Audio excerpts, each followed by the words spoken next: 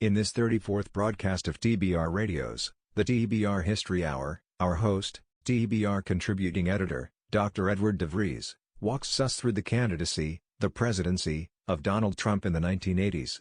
Was Donald Trump being groomed to be president for over 30 years before he would actually run for the office? Or was it simply that Donald Trump began running for president in the mid-80s? In either case, Donald Trump had already mastered all of his 2016 talking points by 1987. On October 6th, 1980, a 34-year-old Donald Trump sat for an interview on television with Rona Barrett, and this may very well be the first time that the talk of a Trump presidency came up on national television or came up on broadcast television. Donald Trump has some interesting opinions about some things. He talks about the Iran hostage crisis, which of course was a big thing in 1979, 1980, and some other subjects as well. You are a mover, you are a doer. If you could make America perfect, how would you do it? Well, I think that America is a country that has tremendous, tremendous potential. I think that much like the mind, I think that America is using very, very little of its potential. I feel that this country with the proper leadership can go on to become what it once was. And I hope, and certainly hope, that it does go on to be what it should be. What should it be? Well, it should really be a country that gets the respect of other countries. Is respect the most important thing in your opinion? Well, respect can lead to other things. When you get the respect of the other countries, then the other countries tend to do a little bit as you do, and you can create the right attitudes. The Iranian situation is a case in point. That they hold our hostages is just absolutely and totally ridiculous. That this country sits back and allows a country such as Iran to hold our hostages, to my way of thinking, is a horror. And I don't think they'd do it with other countries. I honestly don't think they'd do it with other countries. Obviously, you're advocating that we should have gone in there with troops, etc., and brought our boys out. I absolutely feel that, yes. I don't think there's any question, and there's no question in my mind. I think right now would be an oil-rich nation, and I believe that we should have done it, and I'm very disappointed that we didn't do it, and I don't think anybody would have held us in abeyance. I don't think anybody would have been angry with us, and we had every right to do it at the time. I think we've lost the opportunity. For some people, the ultimate goal in life has been becoming the President of the United States. Would you like to be the President of the United States? I really don't believe I would, Rona, but I would like to see somebody as the President who could do the job, and there are very capable people in this country. Most people who are capable are not running for office. Most men are frightened of politics today. It is a shame, isn't it? Yes. It is a shame.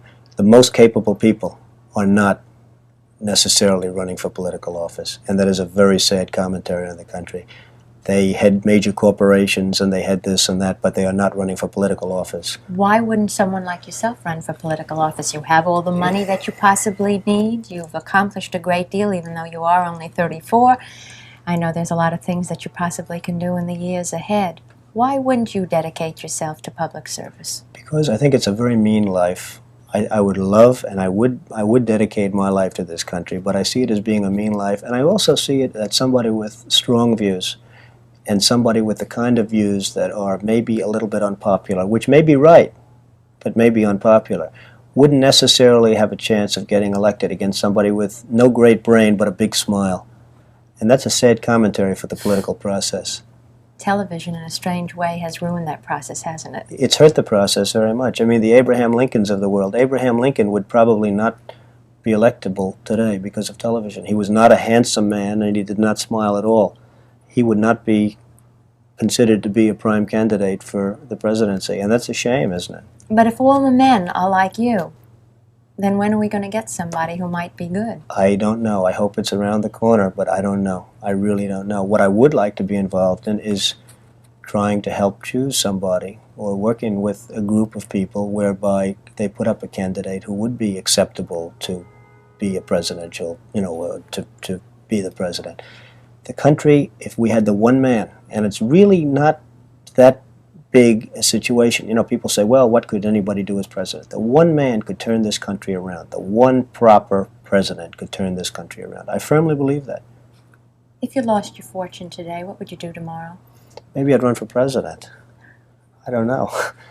In 1987, Donald Trump, now in his 40s, did an interview with Oprah Winfrey, and she asked him if he would run for president, and his answer very simply was no, but he would like to see somebody who was actually qualified and who could do a good job holding the office.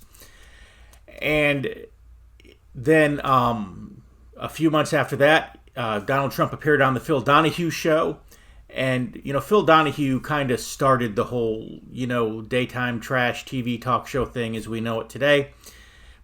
But, he wasn't always, interviewing, gay, transsexual Eskimos or, the crazy stuff that they talk about on daytime TV today. But, Phil Donahue, I believe he had a doctorate in political science. I'd have to look that up, what his doctorate was in. But he was a very politically astute person. He was a liberal Democrat, but yet he was somebody that you could have an open dialogue with. And so, again, he talked a lot of politics as well as all the typical, weirdo, trash-talking daytime, TV entertainment stuff that he did. And so his interview with Donald Trump was of a more political nature. And it was a little lengthier and a little more in-depth and a little more detailed, if you will, than the Oprah interview. So we're going to skip over the Oprah interview, and we're going to go into the Phil Donahue 1987 interview.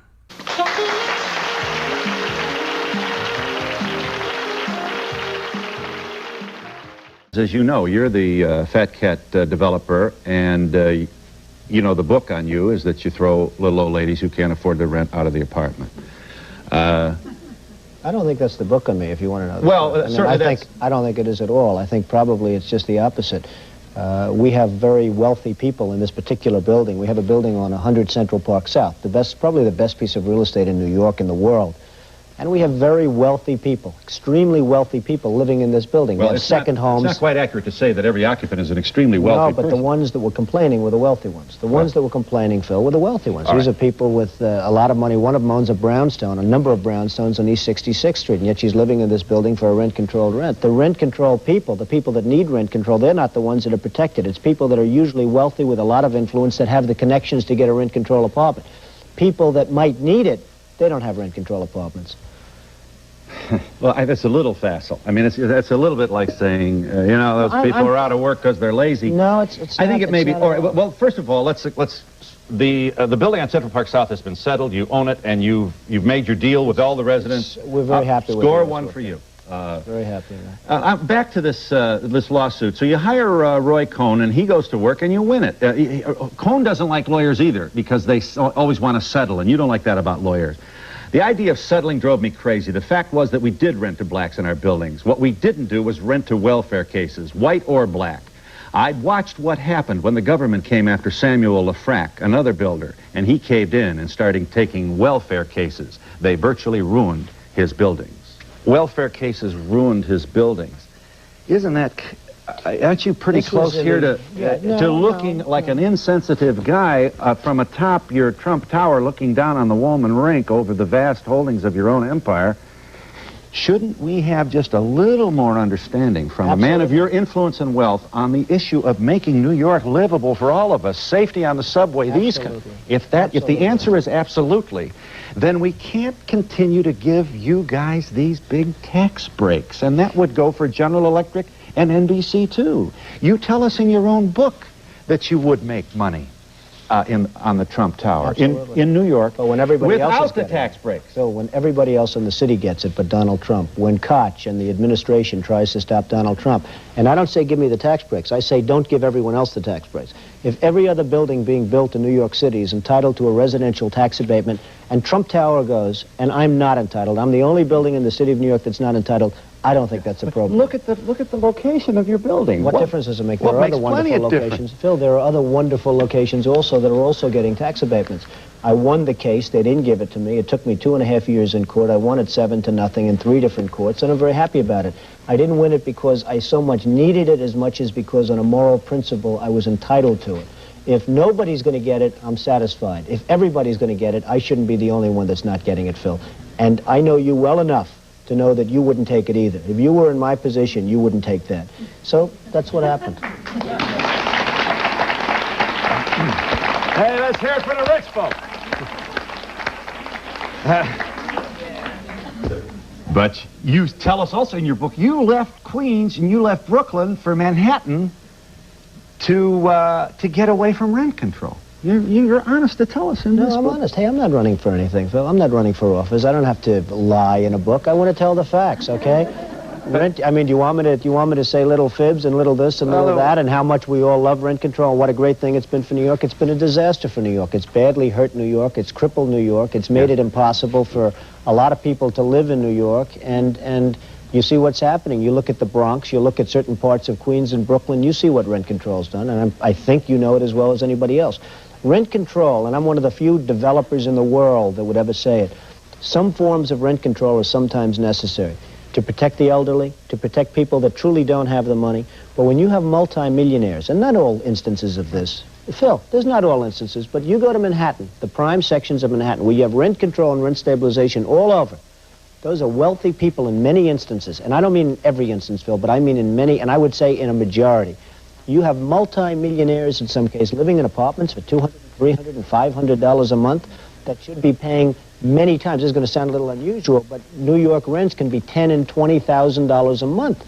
What does that mean? What does that mean, Phil? That means that the city can't tax, because if a wealthy person's paying $300 a month, you can't really tax that beyond a certain point, 20% of that or whatever it might be. So the city's always short of funds. It's a joke what's happened. And the people that need rent control, and there are some indeed, those aren't the people that have it. It's the people with the connections. Somebody knows Trump. Somebody knows somebody else. They call up. They say, do me a favor. That's what it's all about. This audience wants to get in here. Mr. Trump, sir, if your position is, let's grant a given. No doubt about it. Under rent control circumstances, there are going to be certain people who don't need it who get it. Not unlike Social Security. There are going to be some people who get it who don't need it. But to suggest that rent control is somehow being pervasively abused throughout the island of Manhattan by people who don't need it, I do have plenty of doubt. Well, you ought to check the numbers, Phil. I mean, I can tell you something. Now, one little thing. All I'm asking for is a simple thing. Give a means test. If a person makes $150,000 a year working in a big advertising agency, if a person makes $200,000, $300,000, $100,000, $75,000 a year, let there be a means test so that person will give the apartment to somebody that can afford it if you have to do that, Phil. Why can't there be a means test? Why should multimillionaires live for $300 or $400 a month when poor people are paying more than that and have to pay more? And how many people would have to work in the office to determine whether or not people are of means or not of means? And would you build the building? It'd be a very large one, occupied by thousands of bureaucrats trying to figure out who does and who doesn't. You wouldn't. It isn't that simple. Just to, and what about you know the kind of money you're talking about? If you emptied and made available to people that need really this protection, the apartments occupied by very wealthy people. In New York, you're talking about tremendous amounts of money. And I mean, if you're talking about a number of accountants in order to administrate a program, you're not talking about a lot relative to what we're talking. Okay. You should not have called Mayor Koch a moron. That was not good public relations. Hey, what can I do? Well, aren't you a little, don't you want to take this back at all? I don't think that's bad public relations. No, I don't take it back. When it comes to running the city, he's about as bad as anybody I've seen.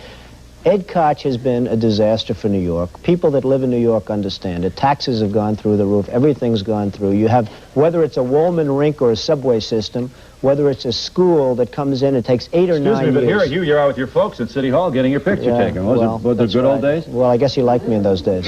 No, I just think that, and this is, and I don't think you have to be passionately committed to City Hall or anybody to conclude that this kind of language from someone of your power and influence is not good style.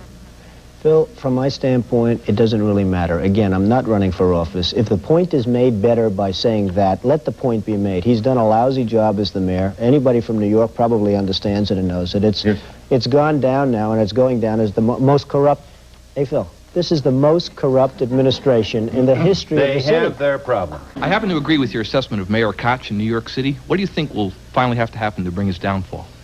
Well, I have a feeling, and maybe it's more of a prediction. I think that the incompetence and corruption of the Koch administration will eventually lead to his resignation or his just having to be forced out, because I think he's that bad. And as Phil says, I don't like mincing words, because what difference does it make? Again, I'm not running for office, so it doesn't matter. I can stand up here, and unlike a lot of people that I watch, I can say what I think.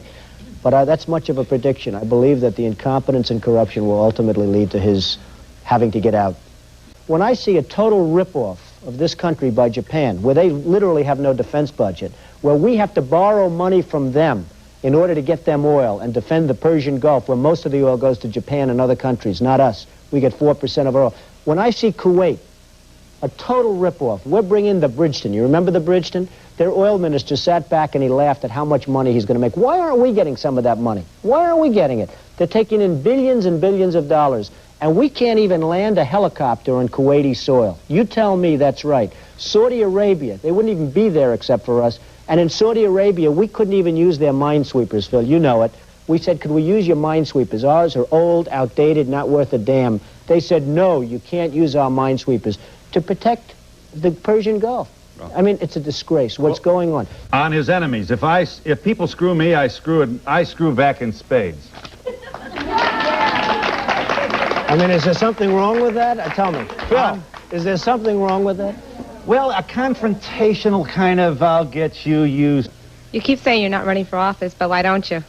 No, I wouldn't want to run for mayor of New York. I'd like to see somebody talented do that, and there's a tremendous potential in New York. New York is the great city. It's one of the great places of the world, but I really have no intention of running for mayor. Thank you. But you definitely are a political person, whether you run for office, by what everything that you say and do points in that direction. Your web browser and type in www.barnesreview.org and discover the Barnes Review magazine. In the Barnes Review, you will read vignettes of man, from the prehistoric to the very recent, from forgotten races and civilizations to first-person accounts of World War II and the late Cold War. There is no more interesting magazine published today, nor a more significant and important subject than real history. So visit www.barnesreview.org and subscribe to the Barnes Review. You can subscribe to receive the Barnes Review magazine in its print form, or in convenient electronic delivery. Our host has been a subscriber to both formats for years. So visit www.barnesreview.org and subscribe to the Barnes Review. Also in 1987, Donald Trump appeared on an interview with Larry King on Larry King Live on CNN. And at that time, Donald Trump had taken out a full-page ad in one of the biggest newspapers in America, and he was being very critical of the administration. And so Larry King just flat asks him the question, are you doing this because you're trying to call the administration's bluff? Are you doing this because you're actually eyeing the White House yourself? Donald Trump, the multi-millionaire real estate developer, is sounding more like a politician these days than America's most grandiose and controversial builder. When he disagrees with a matter of policy, he does it in a big way. Today, he sunk $95,000 into a full-page newspaper ad appearing in many papers criticizing the administration's foreign policy. Rumblings in the Trump camp point as far as the presidency. Could the Manhattan magnate be eyeing the White House, or is he just calling a bluff? Are you a Republican, Donald? I'm a Republican, yes. So if there were politics, it would be as a Republican? It would be, I guess, as a Republican, but I don't see that there will be politics. Why the ad, then? I mean, you said you wanted to say it. There's a lot of ways you can say things. I guess an ad is one way. You could have called up shows like this who would have been trying to have you come on. Why now? Well, it was very easy. I was tired, and I think a lot of people are tired of watching other countries ripping off the United States. This is a great country. They laugh at us. Behind our backs, they laugh at us because of our own stupidity and the leaders. I mean, what we have a Persian Gulf situation. You saw what happened today. Billions and billions of dollars are being spent on getting oil for Japan, and they're not paying anything for it. Essentially, they're paying nothing for it. We have tankers going back and forth that our men are protecting, losing their lives. I mean, they're losing their lives, Larry. We're spending billions and billions on protection, and those tankers are going over to Japan. It's just preposterous. I watched the Kuwaiti oil minister the other day laughing as he was explaining how much money they intend to make with the Bridgeton, which has been a total disaster, the Bridgeton. And I said to myself, isn't that a shame? He's talking about how much money they're going to make, And here we are. He's smiling and laughing. Why don't we get some of it? Why is it that we're protecting? We have frogmen, we have helicopters, we have aircraft carriers, and all sorts of ships all over the Persian Gulf, so that this man and his little group can make a lot of money. I think it's ridiculous. Well, one of the reasons we say we're doing it is because we've been doing it, and that all previous presidents have endorsed doing it.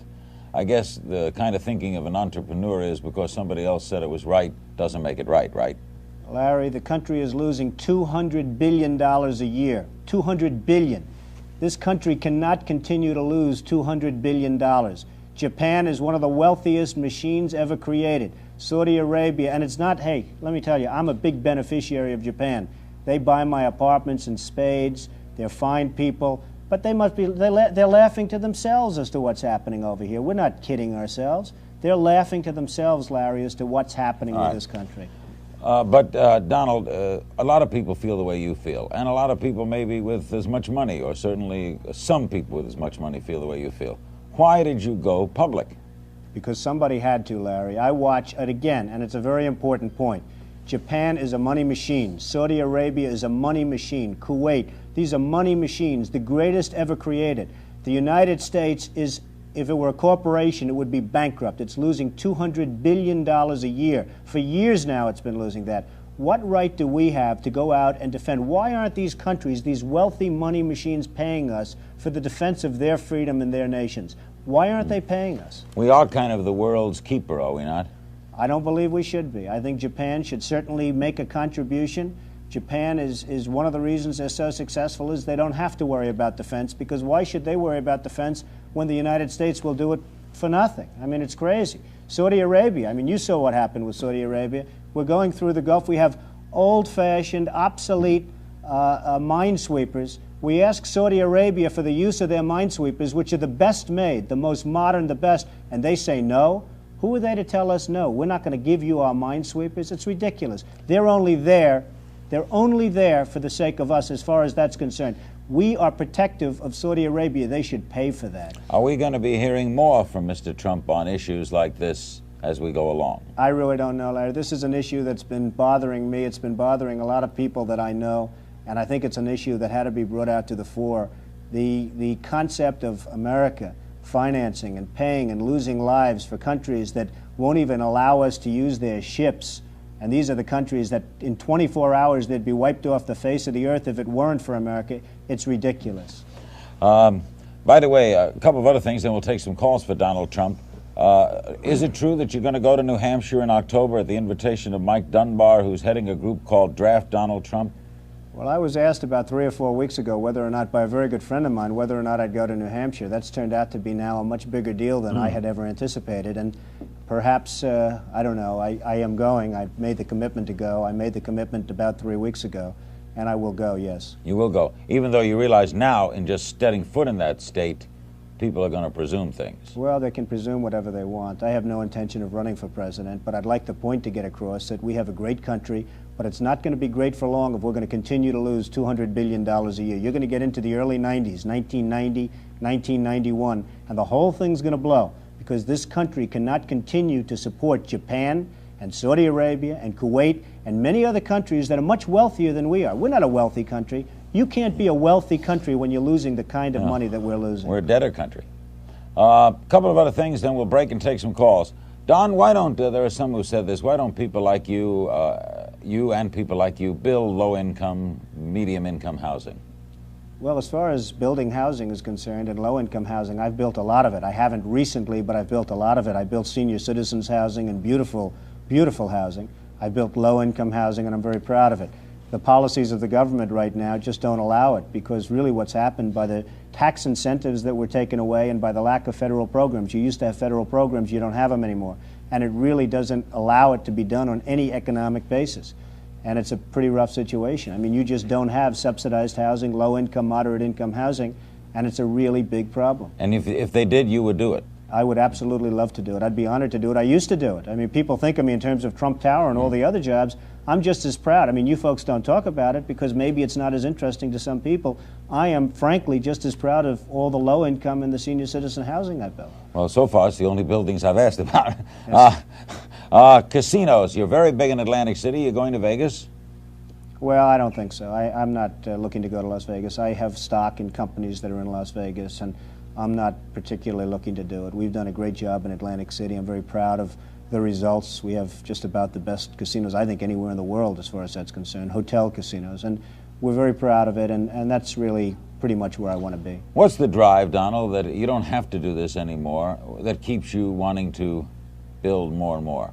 Well, it's a creative process. I enjoy the creative process. I like building things. I like building beautiful buildings. I like doing other things. I've been doing a lot of other things. It's a creative process, Larry, and it really gives you something to do with your life, and it's something that you can feel fulfilled and proud of when you're finished, if you do a good job. Do you want a break because of what you do? In other words, are you saying to New York and other places, I'll come in and do this, please give me what you will not give someone else? No, I'm not looking for breaks. I think I probably would have a harder time getting breaks. I mean, you talk about Ed Koch.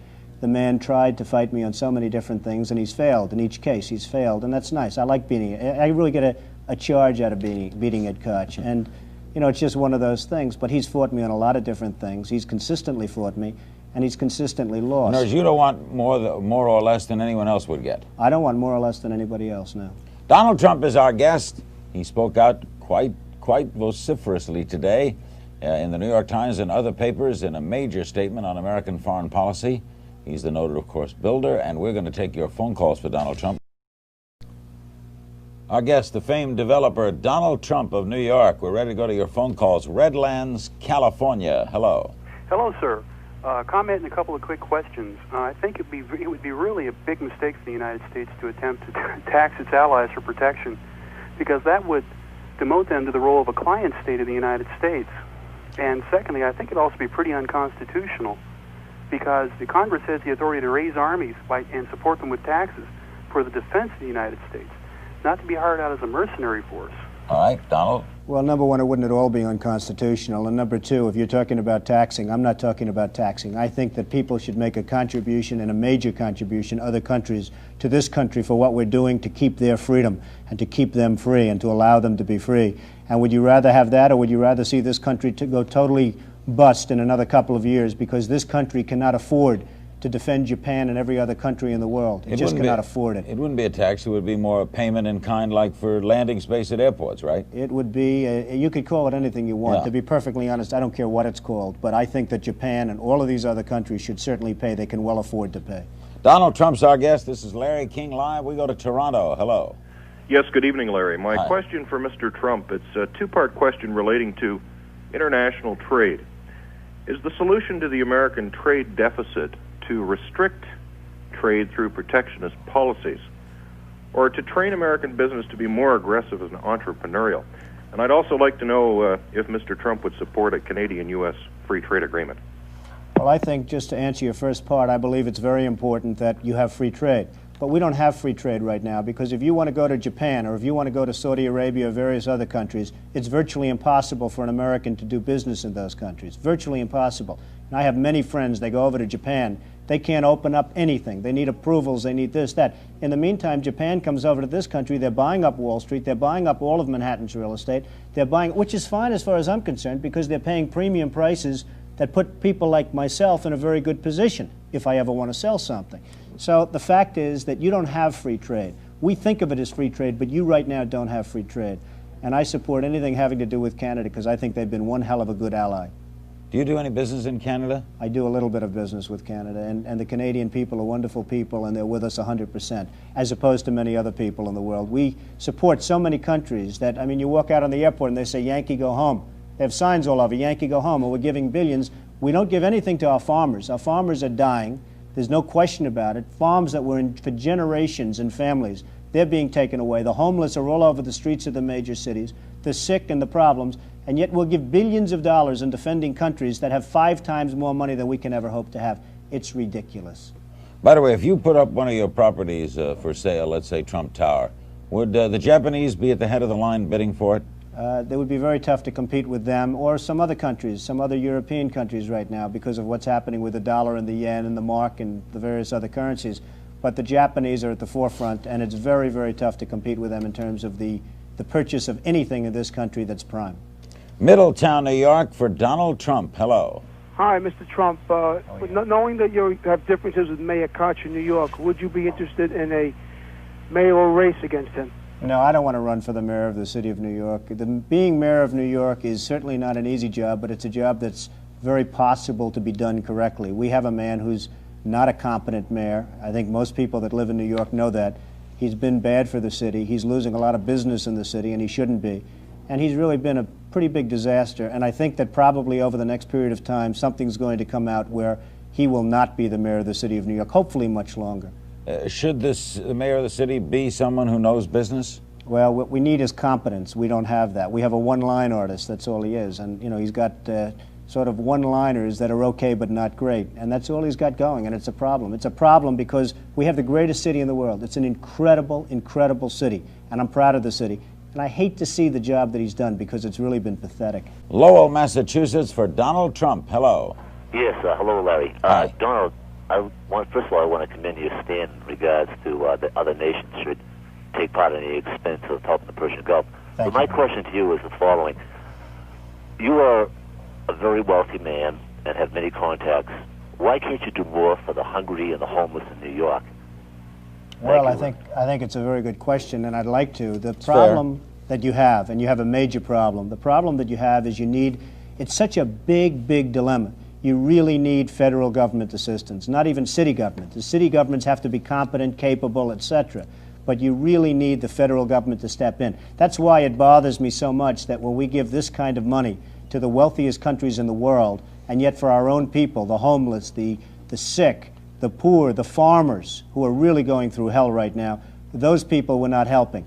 And why should we? I think it's ridiculous. And this country shouldn't be raising taxes. We ought to be lowering taxes. We should have a surplus, not a deficit. Because the kind of money that I'm talking about, and you can call them, as the gentleman before said, you can call it a tax, you can call it whatever you want to call it, but those countries should be paying us major billions of dollars, and you won't have any deficits whatsoever, and then we'll be able to help the poor and the sick and the homeless and the farmers and everybody else. Donald, what were you hearing today after that ad appeared? What were people telling you? I imagine you got tons of calls.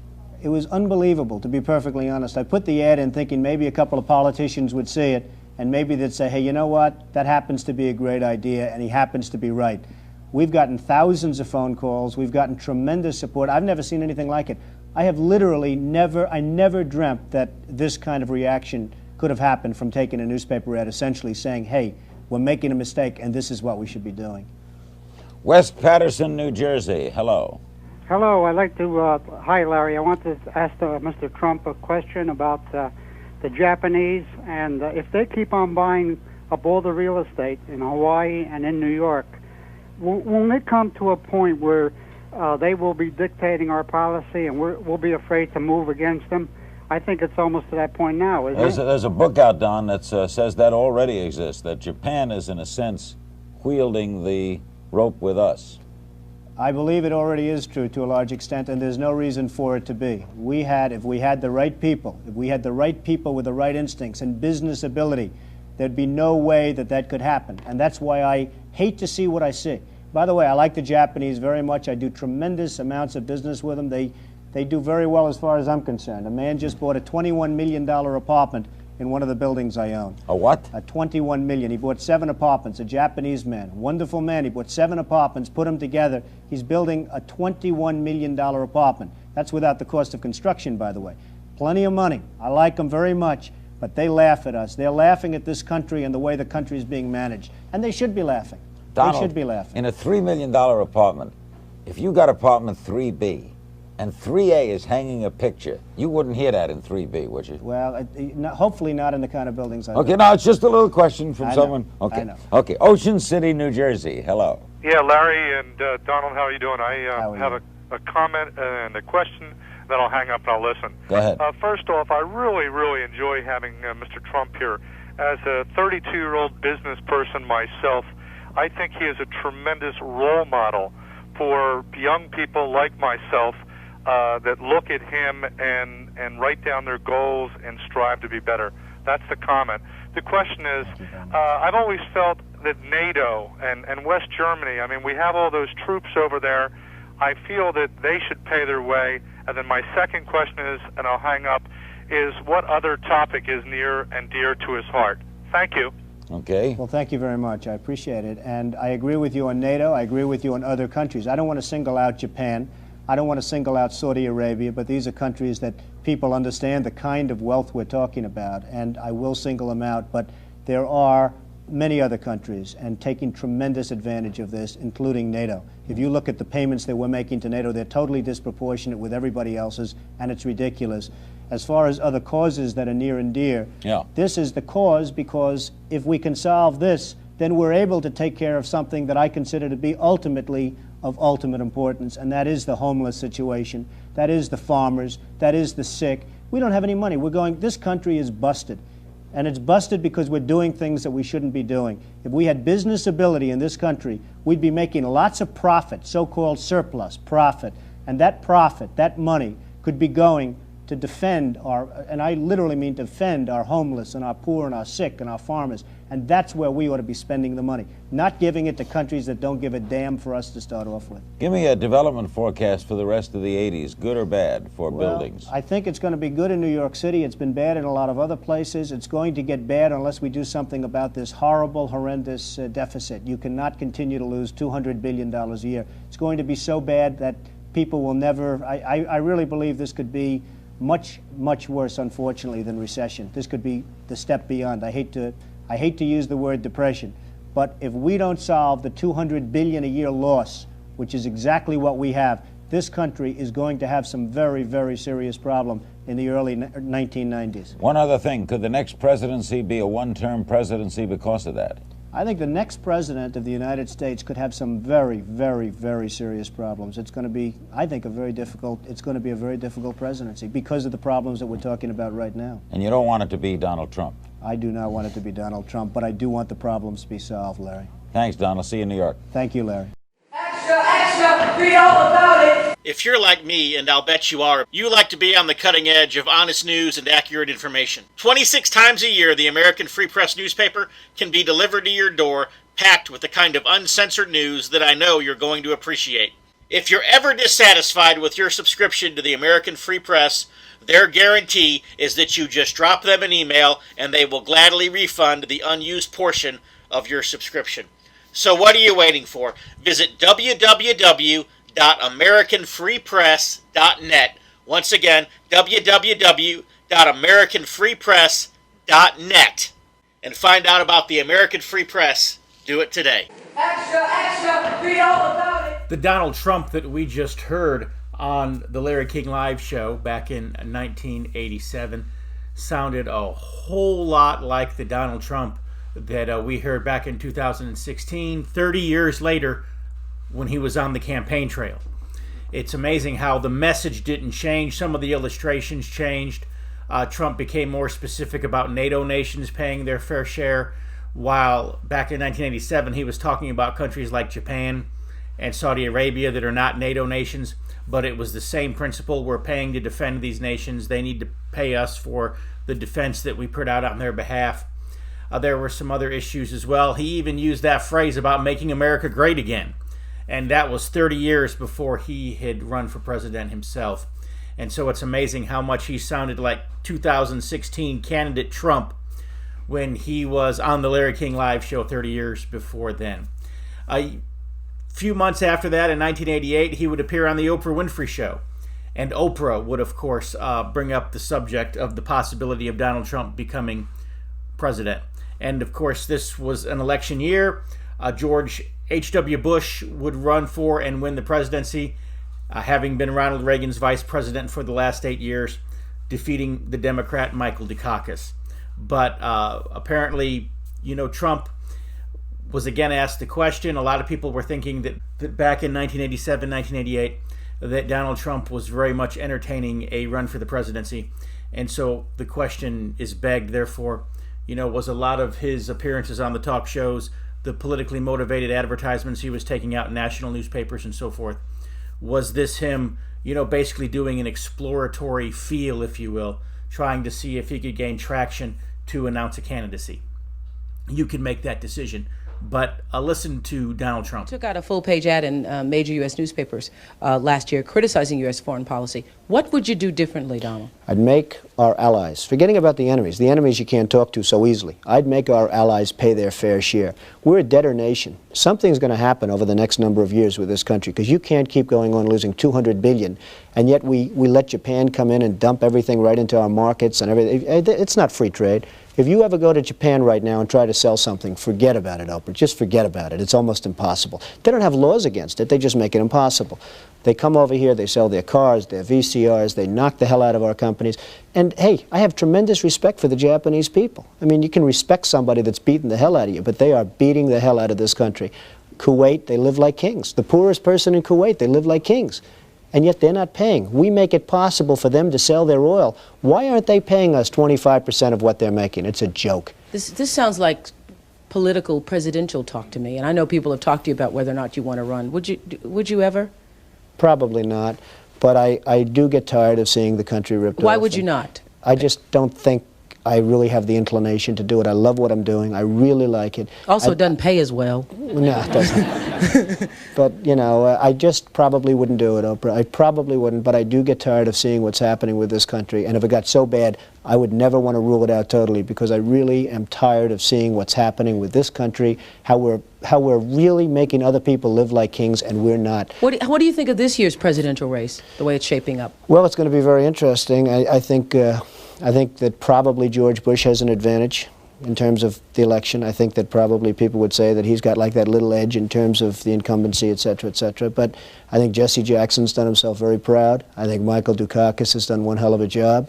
And George Bush has done a hell of a job. You know, they all went in there sort of as semi-underdogs, including George Bush, and they've all come out. I think people that are around all three of those candidates can be very proud of the jobs they've done. You've said, though, that if you did run for president, you believe you'd win. Well, I don't know. I think I'd win. I tell you what, I wouldn't go in to lose. I've never gone in to lose in my life. And if I did decide to do it, I think I'd be inclined, I would say that I would have a hell of a chance of winning, because I think people, I don't know how your audience feels, but I think people are tired of seeing the United States ripped off. And I can't promise you everything, but I can tell you one thing, this country would make one hell of a lot of money from those people that for 25 years have taken advantage. It wouldn't be the way it's been, believe me. Here a few weeks ago, we saw the Sunday Show interview on Fox News, where Chris Wallace sat there on the portico there at the White House. They were outside, he and President Trump, and they did maybe about an hour interview. Maybe it wasn't quite that long. We had some clips from that. I cannot remember if it was on this show or if it was on my other show, TBR Radio Presents the Dixie Heritage Show. But on one of my shows, I remember here in the last few weeks having some clips from that Chris Wallace interview. Well, that wasn't the first time that Chris Wallace had interviewed Donald Trump. What I believe may have been the first time, and this might not have even been the first time, but as far as I know, the first time Chris Wallace interviewed Donald Trump was at the 1988 Republican Convention in New Orleans. The date was August 16th. Of course, George H.W. Bush is about to accept the nomination as the Republican Party's nominee, and Donald Trump shows up on the convention floor, and so Chris Wallace is there. He's got the headset, and he has a brief conversation with Donald Trump.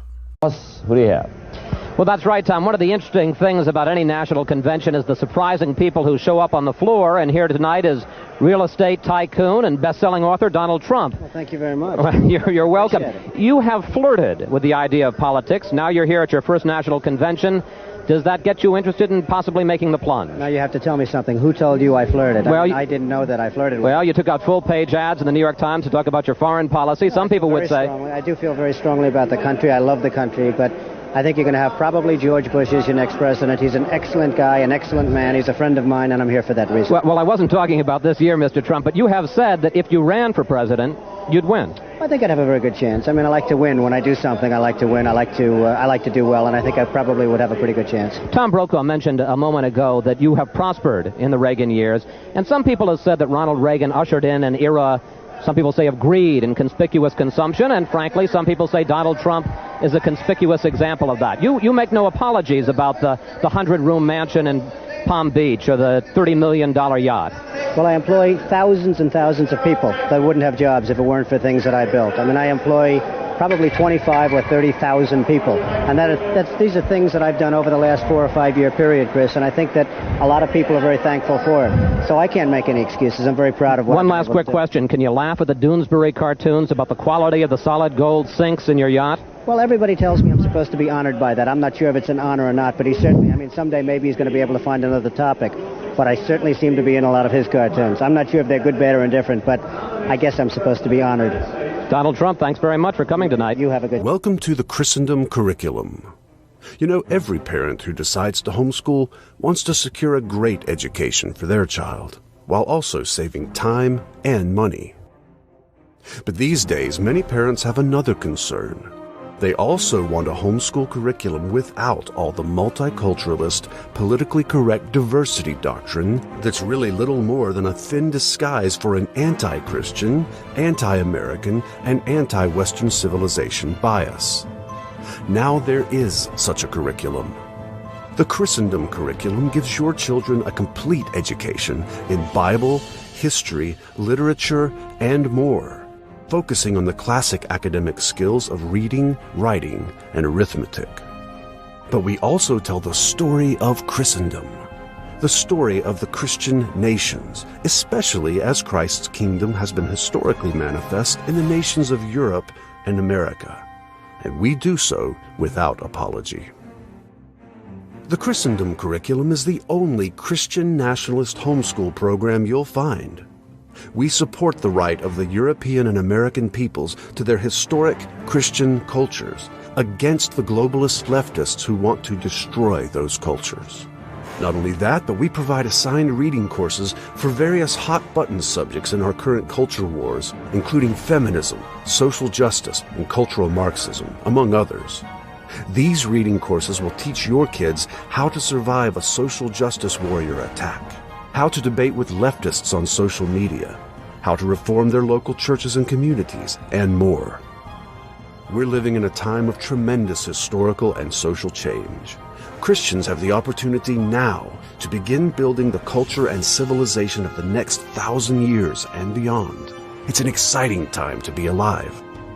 So if you want to help raise the next generation of culture warriors, if you want your children to grow up with a love for Christ's kingdom and for their own nation, while at the same time learning how to defend America and rebuild the West, the easy-to-use Christendom curriculum is for you. Click the Learn More button to get in on the action. And thanks for listening.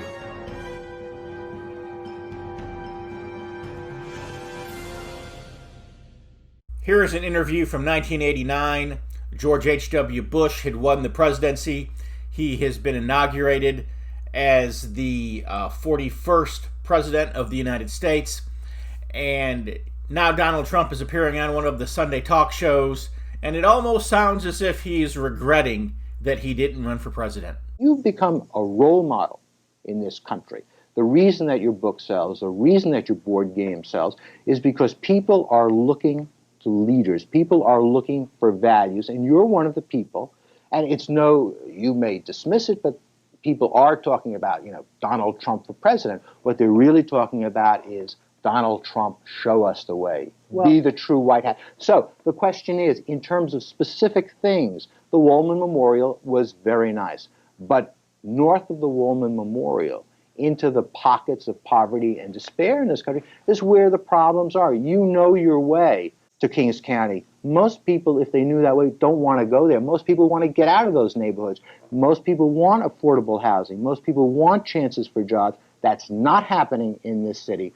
It's not happening for a number of reasons, and you're not making either specific contributions or specific programs to make that happen. Okay, I like talking the big picture because the big picture is really what can solve the overall problem. Now, when you say, what are you doing with Japan? What are you doing with the countries? When you put a tax on Japan for the products that they're selling, you will bring in hundreds of billions of dollars to this country, which can go to rebuilding our inner cities. Instead of giving Japan free military defense, you charge them for what they're getting, and you bring in hundreds of billions of dollars that if the right person asked, they would gladly pay because they'd have to pay. You bring in hundreds of billions of dollars, which money can go toward the inner city, toward education. I am a huge believer. I'm very well educated, and I'm a huge believer in education, an unbelievable believer in education. That is a long-term solution. I wish it could be a shorter-term solution, but one of the things you need for education is money. We have a country that's losing $140 billion a year, at a minimum. I think it's much more than that, by the way, but at a minimum. It's tough to build housing for people. It's tough to educate people when you're losing $140 to $200 billion a year. What I'm saying is the United States is it's very simple what I'm saying. The United States is systematically being ripped off by many of the wealthiest countries of the world. You look at Saudi Arabia. You want to see a lifestyle? Their poor people live better than our rich people, okay? You go look at Saudi Arabia and Kuwait and various of the other oil-producing countries. You'll see lifestyle because it's beyond belief. They have lifestyle because we give them their freedom and they give us nothing. I'm saying I want a piece of that.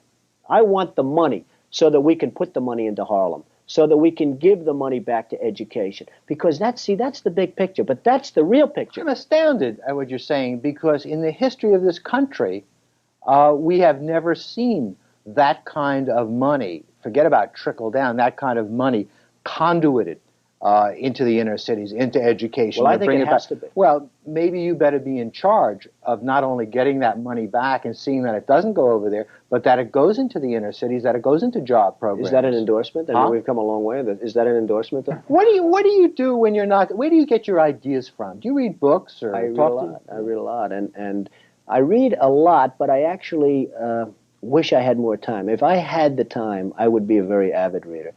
I went to a wonderful school called the Wharton School of Finance, and somehow did well, and I think I did well on somewhat of a common sense basis. The world should be based more on common sense. I mean, people don't even think. When I ask a question, why, as an example, why are we defending Japan for nothing? Why aren't they paying for it? Everyone says, is that true? Do we really do that?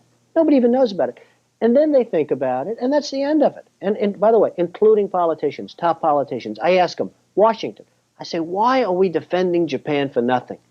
They say, boy, I'll tell you what, I'm angry about it. They're angry for one day, and then they go on to something else. It amazes me. There's no stick-to-itiveness. There's no aggressiveness. There's no advocacy. And that's really the word. Everything's a compromise today. We don't want to anger Japan. They're our friends. They're our partners. Don't tax them. Don't this. They're laughing at us. They think the United States is made up of a bunch of fools. They're laughing at us. Now, they don't laugh to our face because then we get insulted and then we do something about it. I will tell you, behind closed doors, they are laughing at the United States. They think we are the biggest fools, the dumbest people in the world because look at the way they're living. Look at the way we defend them. Look at the way we opened up the Persian Gulf. Most of the oil goes to Japan. We open up the Persian Gulf for Japan to get oil, for Saudi Arabia, for Kuwait to make money. Why aren't they paying us for this? And it's all common sense. And I say it, and people say, boy, he's right. And then they don't do anything about it, the politicians I'm talking about. And it angers me because then you say, why is there poverty? Why is there no education in Harlem? Why are the schools so bad? Why is there no housing? I'll tell you what, because this country doesn't have the money to do it. When West Germany and all of these other countries are ripping us dry, and we're losing hundreds of billions of dollars. We have to strengthen up the federal government, and the programs have to filter back into the city. Look at it really differently. Okay. I want to tax Japan. I don't want to tax you. Mm-hmm. I want to tax West Germany. I want to tax Saudi Arabia. We keep them alive. If it weren't for us, they wouldn't even be here. They wouldn't exist. I mean, to think that Saudi Arabia would not allow us to use their minesweepers to police their own Persian Gulf is beyond me. I want to tax Saudi Arabia for the job we do in keeping them alive. They wouldn't be here for 20 minutes if we ever said, you're on your own, baby. I want to get the money from... I'm not looking to tax you, and I know you're very conscious of being taxed, obviously. But no, I'm not looking to tax you. If my tax dollars were going not to patrol those waters, but were going directly to you to build low-income housing, I'd be thrilled. I would give you the money right now directly. But I think there's something ingenuous in building this kind of straw people, these straw countries, because we know that in the kind of multinational complications of the conglomerates, it's not so simple anymore. Very simple. It's so simple you have no idea. You will tax Japan, you will tax West Germany, you will tax their products. People are still going to buy their products. And frankly, you're going to tell people, you're going to tell the American people, hey, look, they make a wonderful product, but you're going to have to pay a premium. You're going to absolutely have to pay a premium if you want to buy a Mercedes-Benz. You want to know something? West Germany won't even lose that much business, and this country will take in billions and billions of dollars. So you say to the American, look, we'd really rather have you buy an American car, but if you feel strongly that you like the West German product better or you like the Japanese product, you're going to have to pay a tax on it. You have a choice. You can pay a tax on it. You'd be surprised at how little business they're going to lose, and you'll be amazed at how much money comes into our coffers. And you'll also be surprised at another thing.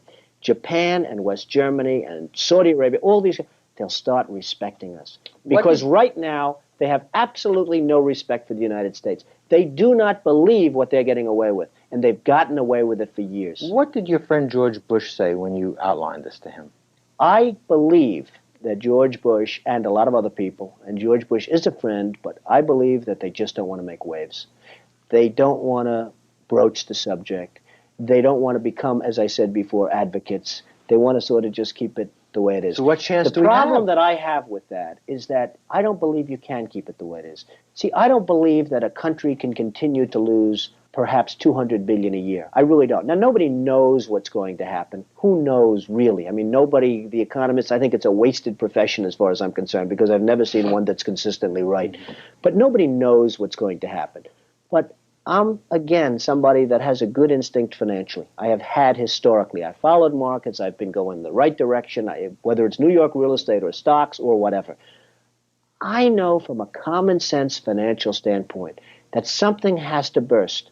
When a country is losing billions and billions and billions of dollars a year, and when other countries are making hundreds of billions of dollars, something is going to burst, and it's going to start here. I know it. It's a question of when. To me, it's not a question if, it's a question of when. And unless we're going to solve our problem, and the problem is caused by our allies, unless we're going to solve that problem, this country is in very, very big trouble. And I'm not talking recession kind of trouble. I'm talking depression kind of trouble. And that's when we'll get smart. It's very interesting with the United States. What would happen to Donald Trump in a depression? Well, Donald Trump gets hurt like everybody else gets hurt. Donald Trump, who knows? I'm a very conservative guy. I believe in having cash as opposed to a lot of other people that don't have cash. I have wonderful properties. I have wonderful everything. Donald Trump gets hurt. Everybody gets hurt. The whole country goes, essentially the country goes somewhat down the tubes. We need major surgery. This country needs major surgery. Are you the surgeon? I think I do a fantastic job. I don't know how much longer we have. But again, I do know one thing. It's not a question. This country is losing hundreds of billions. It's not a question if, it's a question when. It is going to happen. It's going to happen drastically. It's going to be dramatic, and it's going to be horrible. And I'll tell you the other thing. This country has always reacted best under adverse conditions, whether it's wars or anything else. That's when, unfortunately, we're going to wake up. I'd like to see the country wake up long before that. Hello, I'm Tom Strain, Lieutenant Commander-in-Chief of the Sons of Confederate Veterans. The Confederate flag, Confederate symbols, and the reputation of our Confederate ancestors has come under attack. The Sons of Confederate Veterans is actively fending off our detractors, but there is only so much that we can do. We need your help. Contact your local, state, and national elected politicians and tell them that you will not tolerate these attacks on our heritage. You can also visit scv.org, download an application to join us in our fight to preserve our Southern heritage. Visit scv.org today. If you don't have a Confederate ancestor and you are tired of American history disappearing, you can assist us by becoming a friend of the SCV. Please visit scvheritagedefense.org and make a donation to the Heritage Defense Fund. We hope that you will join us in the fight to defend the Confederate soldiers' good name.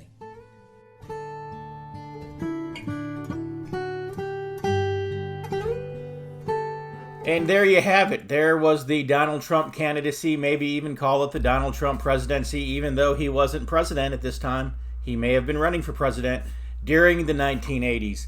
In an upcoming show, it may be next week, it may be in a few weeks, but at some point in the near future, we will explore the Trump candidacy, the Trump presidency during the 1990s.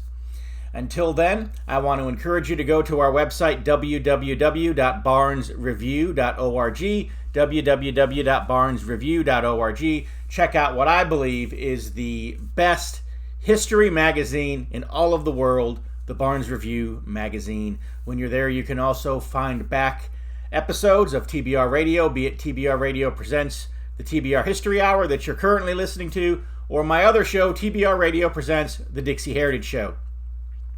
A lot of great stuff there. There are also some online articles coming up there. I believe one that's about to be posted. It's not there yet. It's in the editorial process right now, but it's going to be titled Nancy Heartbreaker. And it's about a 7-year-old Nancy Pelosi. So keep yourself tuned into www.barnesreview.org for all of the great resources that are there on the Barnes Review website. And also check out the TBR bookstore. Anyways, we are out of time. So from all of us here at TBR Radio Presents, we will be back again this same time and this same place next week. Until then, God bless.